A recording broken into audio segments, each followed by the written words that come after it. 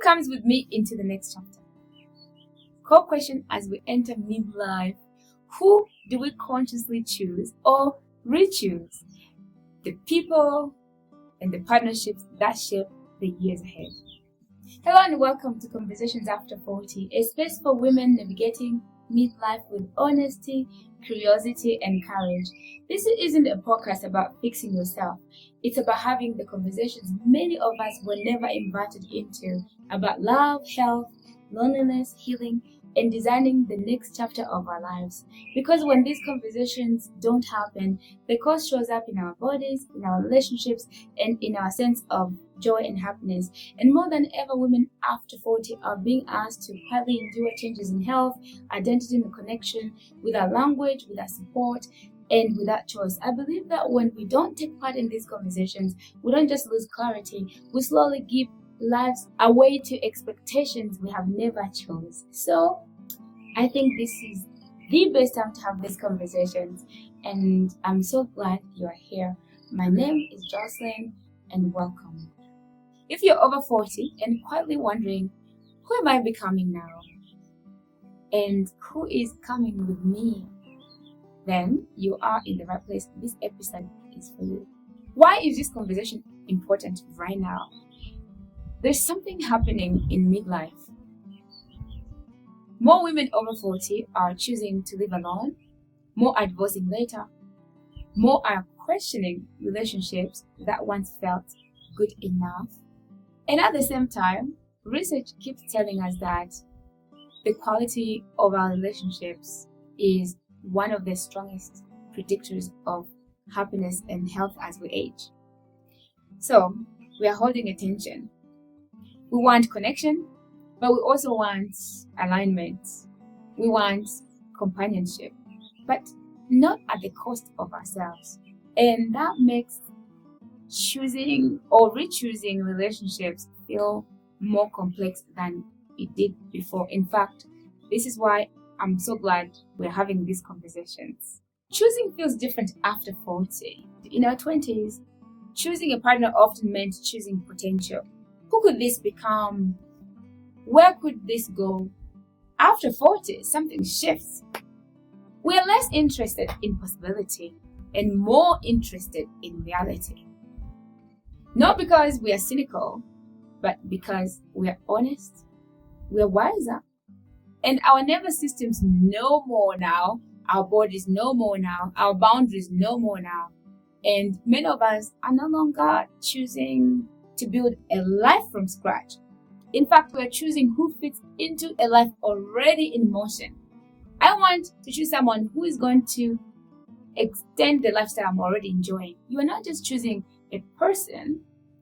One of the biggest realizations I had recently is this. When choosing a partner, we're not just choosing a person.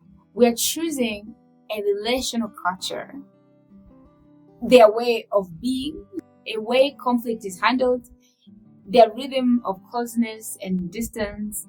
We're choosing their belief system, whether spoken or unspoken. Even people who say, I don't really practice my religion, or I'm not that tied to my culture, still carry values shaped by it. So the question becomes quieter and deeper. Am I choosing this person, or am I also choosing the world they bring with them? And does that world support who I am becoming now or who I want to be? Does that support, nurture my desires, my needs? Re-choosing is also important because this conversation is not just about single people who are choosing their partners, but it's also about people who are already partnered and noticing that long relationships don't stay static. I once heard someone say that staying in love over decades is like falling in love with a new landscape over and over again. And that requires choice. At any given point of a relationship, there's a choice to be made. Not once, but repeatedly. Sometimes re-choosing may bring intimacy. Sometimes re-choosing brings grief. Sometimes re-choosing brings clarity that you didn't expect. And none of that means that you have failed. It just means you are paying attention. So at the end of the day, whether you are re-choosing or choosing, it's important to be honest with yourself. There's quite a pressure in midlife to make it work, to tolerate more, to be grateful, to not want too much, to not be picky. But here's the truth: many women whisper to themselves. Some partnerships meet a need for companionship, but starve something essential inside. In other words, love is not enough. Just having companion doesn't mean that you'll be happy. When we ignore the inside desires, the real truth, what we really want to have in the next chapter, and we just enter the next chapter anyways for companionship, then unfortunately, ignoring that inside knowing, it doesn't disappear because we ignore it. It shows up as resentment, it shows up as numbness, it shows up as loneliness, it shows up as sickness. In fact, so many people are suffering right now just because of ignoring their own truth. So, in closing, I will leave you with this question. Not to answer it quickly, but to sit with it as you imagine your next chapter. Who and what kind of relationship truly belongs beside you there? Who and what kind of relationships belong beside you there? Who is your person?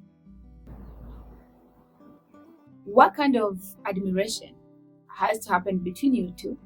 What kind of shared interest has to happen between you two? What kind of commitment are you looking for? And what kind of love are you looking for? What does it mean? Because even when people say love doesn't mean the same thing. And then, after you've chosen that person, are you okay with the culture that they bring, the beliefs that they bring forward? And then, what kind of partnership are you going to have with them? Apparently, there is a 50-50 partnership where every decision is fair game. You will vote and both of you weigh into the decision. There is also a 0 to 100. It's called the husband being the head of the family, meaning they can have 100% vote and the wife has 0. It's biblical, but then is that really what God wants? Like, God is so loving. Would God want you to be a second citizen in your own home? These are the questions that we have to think about. These are the conversations we have to have with ourselves. Not assuming that certain things mean certain things. Because even across many cultures, marriage means different things. So now inside marriage, those aspects of marriage, they will also mean different things to different people. This is why there's a lot of suffering that mainly come from the patriarchal culture that exists, obviously, that puts men higher and gives them so much power and authority. But there's also the other side where the women, we assume that these conversations will be led in the marriage, or we assume certain conclusions about these topics without necessarily having the conversations, or we don't get into the conversations deep enough and then it becomes too late. As for us here at Conversations After 40, we're aiming to have more clarity so we can better design our next chapter. Thank you for watching. Subscribe and share for more conversations like this. I'm your host, Joselyne, and I will see you in the next episode. If this conversation touched something tender or helps you name what you've been carrying quietly, take a moment with it. There's no rush to act, no pressure to explain. And if, when it feels right, you think of another woman who might feel less alone hearing this, you're welcome to share it with her. In fact, share it with her. This is how this space grows slowly, safely, woman to woman. Until next time, take care of yourself and what's becoming clearer within you. You're strong and you are becoming and you are creating a powerful next chapter.